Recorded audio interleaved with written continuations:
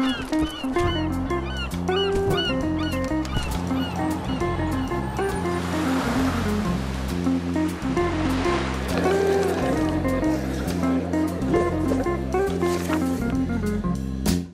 pessoal, Livro Aberto está começando, é o programa sobre o catálogo da editora da UFSC. A gente vai estar entrevistando autores, tradutores, comentadores dos livros, né? E a gente começa o programa de hoje com uma dica de leitura, a revista Subtrópicos, na sua edição número 6. Ela traz ensaios, curtos, resenhas de livros da EDUFSC, inclusive. Traz também uma seção dedicada a fotógrafos do estado, da cidade, do país. Bom, hoje a gente vai entrevistar duas personalidades da cidade, da vida cultural da cidade. Quem são, Simone? Então, a gente vai receber o embaixador Bernardo de Azevedo Brito, que vai nos falar desse livro, Iraque, dos primórdios à procura de um destino. E depois a gente vai receber a Ione Ribeiro Vale, que é professora do SED, da área de Sociologia da Educação, e que vai nos falar de vários livros, alguns trabalhos de tradução e um trabalho dela também mais recente de tradução, que ainda vai ser lançado a partir da obra do Pierre Bourdieu, né?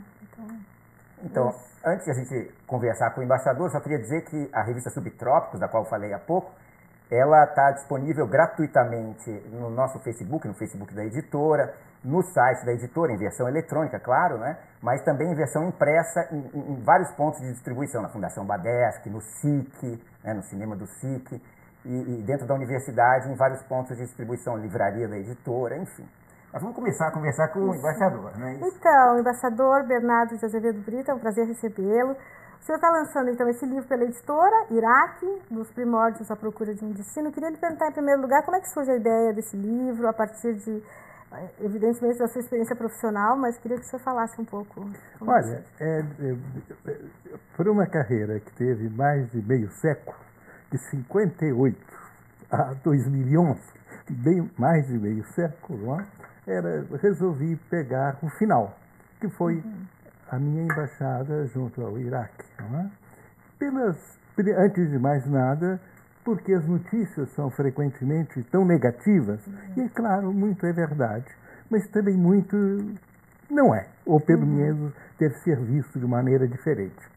Há uma realidade muito interessante para o Brasil e para os nossos, enfim, seja no meio acadêmico, meio empresarial também, ter uma conhecimento de que, de fato, está por trás de tudo isso. Esta é a base. Eu resolvi, antes de escrever as minhas memórias, eu resolvi escrever esse livro. Memórias que a editora da UFSC vai publicar também. Muito obrigado. Antes de chegar a isso, eu resolvi publicar esse livro. Esse livro pega do Iraque de moderno, claro. Eu não vou à antiguidade, mesmo que não faria muito sentido.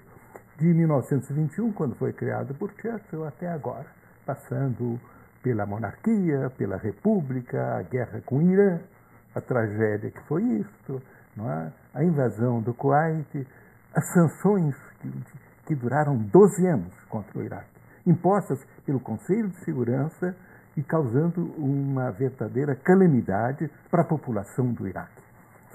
O senhor mencionou o fato de que o Iraque moderno foi criado por Churchill em 1921. O Iraque moderno foi criado em 1921 por Churchill, que foi a maneira de unir três grupos totalmente diferentes. O que já é um problema, né? Sempre. O problema é que eu começo do livro em 1921, porque os mesmos problemas continuam até hoje. Sim. Nós temos árabes sunitas, árabes xiitas, que são a maioria no caso do Iraque, e curdos, que na sua grande maioria são sunitas. Muito bem. Esse é um problema de como fazer isso uma nação. Esse problema persiste até hoje. Não é? Esses grupos que o senhor menciona são grupos étnico-religiosos. Sim, o curdos é um grupo étnico, na sua grande maioria sunita. Os árabes xiitas e sunitas, aí a diferença é a religião. Esse é um aspecto. Outro aspecto... São todos muçulmanos, mas divergem quanto à doutrina. Exato. Práticas e doutrina. Não tanto, práticas, eu diria mais que doutrina. Outro aspecto que tem que se ver para entender o Iraque é que o Iraque está, quando foi criado, ele está, por assim dizer, entre o Irã, que é persa, não é árabe, e é xiita, e o mundo, o Oriente Médio, que na sua grande maioria é árabe sunita, está ali. Há uma certa, digamos, desconforto e desconfiança, não é? Uma área de tensão. E desconforto e desconfiança. Isso vai se mostrando através da história do Iraque, não é? E resultado, esse é o enquadramento que temos, não é? E hoje, o que nós temos? Temos uma democracia, sem dúvida alguma, temos uma democracia. Há atentados, mas há um parlamento, há uma Constituição moderna, extremamente curiosa, que é uma Constituição que eu chamo no meu livro de geometria variável. Por quê? Porque permite... os curdos já têm uma autonomia muito grande. Se outros grupos quiserem ter, poderão também fazê-lo. Correto? E permite, portanto, uma flexibilidade. Para quê? Para evitar o fracionamento do Iraque. A Constituição de 2005, que foi quando foi aprovado, é uma Constituição extremamente interessante, extremamente positiva para o Iraque. Coisa que, em geral, se desconhece, né? Eu acho que não, até que estamos um regime parlamentar funcionando, claro, com uma série de limitações, sobretudo em relação aos sunitas, que é uma minoria que se acha não suficientemente representada. É preciso ter em conta que no Oriente Médio não é apenas uma questão de um homem, um voto. É preciso ver que as minorias têm que ter uma representação adequada para que haja equilíbrio, para que haja democracia plena. Exato. De fato, há um problema no Iraque no momento em que o grupo sunita não se acha suficientemente representado. Esse é um problema do Oriente Médio em geral. Isto é, como fazer com que as minorias se sintam suficientemente representadas num corpo maior. Não é? Agora,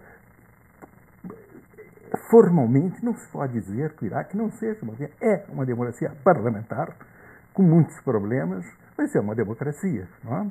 Eu talvez seja das mais avançadas do Oriente Médio, se nós virmos de uma maneira objetiva, sem levar em conta os atentados. Os atentados é outro problema. Sim. Muito disso está refletido no fato de que o Iraque está sofrendo as influências externas, sobretudo da Síria.